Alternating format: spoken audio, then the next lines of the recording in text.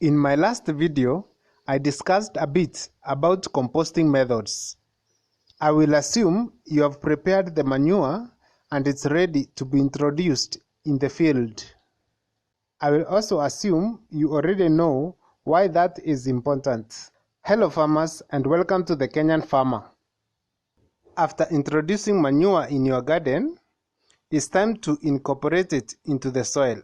As you may have noticed by now, most of my content is focused to small-scale farmers in Kenya.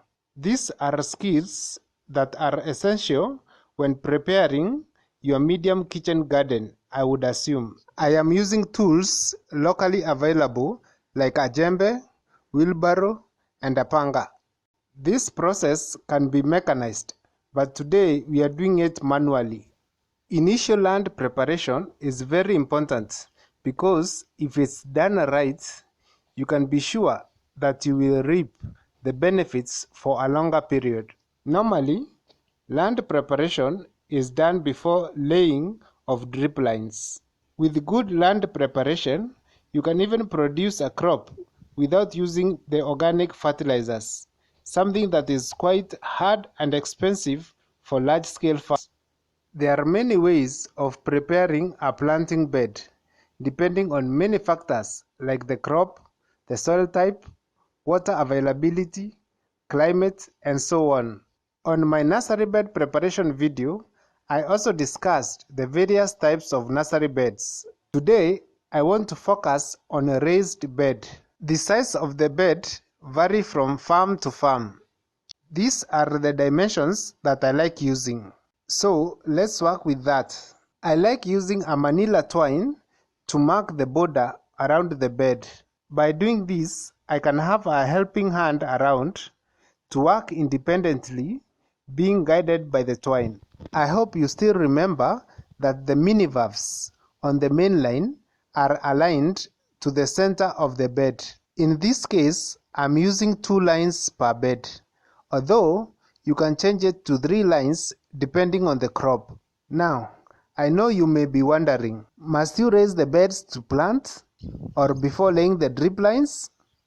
You may decide to directly plant your crop, but for easy management, beds are quite nice. Raised beds have many benefits. They are easy to work on. They are not as easily waterlogged.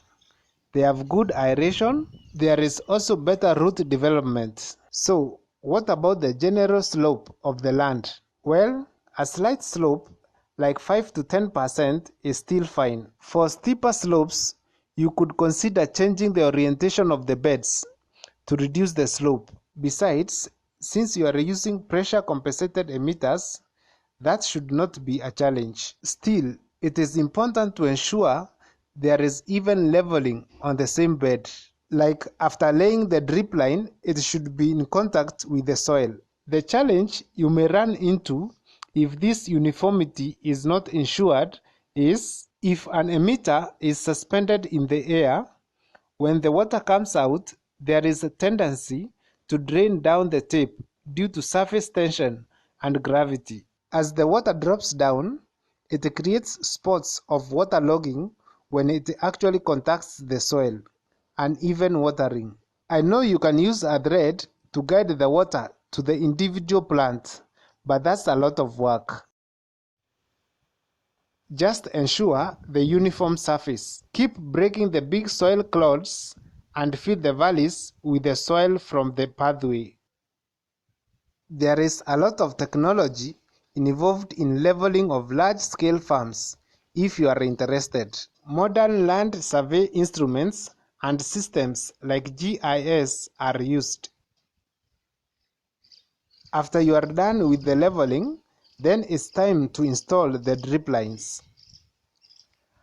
I like to ensure that the emitters are facing upwards. I learned this from a friend of mine who explained to me that normally water in the drip line may have some dirt or sediment over time. Due to gravity, that will settle on the lower side of the drip line. That can lead to blocking of emitters from time to time. Now, When the emitters are facing up, the sediment settles on the lower side, and that can be easily flushed out. After fitting the lines, then it's time to send a water cycle down the lines. At this point, the drip line is still open on the other terminal end. I am flushing just in case there is anything inside the drip lines. It's good to ensure that the water inside the drip lines is clean to avoid any blockage. After a few minutes, when the flow is clean and uniform, then you can install the end plug. Now, I want to quickly go over how I plant the bed. I want to see if I can kill two birds with one stone today. Few minutes after plugging the end of the drip line, you will shortly note the wet spots on the bed. These areas coincide with the emitters. So, why am I doing this before planting? First is to check that all emitters are working. You will get the second reason during planting. I like to share with you, my farmer friends, these skills. It's a good thing to hang around friends who can inspire or correct you in a good way. Nobody is perfect. God can also use your friends to form your personality too. Of course, you choose your friends wisely because it's easy to get wolves among sheep. There are many people who are in a sorry state due to friends. They called it peer influence back in high school, I think. Today, we have high school kids hooked into some habits that were prevalent during the times of Sodom and Gomorrah. It's a jungle out there, and people are harder to trust by day. If the foundations are shaken, what will the righteous do? Parents and the religious leaders need to boldly call out the evils in the society as they pray for God to make a way. Call a spade a spade. If it's bad and unacceptable, then say it as it is.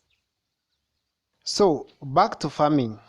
You can use these wet spots on the bed to guide you to drill the seeds. I am demonstrating this with French bean seeds. Each farmer has his own way of planting or establishing his crop. The idea with this method is to have the crop rooting zone as close to the emitter as possible. I wish you all the best in your vegetable garden activities. I also hope you have learned something at least. Remember to like, share, comment, and subscribe. Subscribe.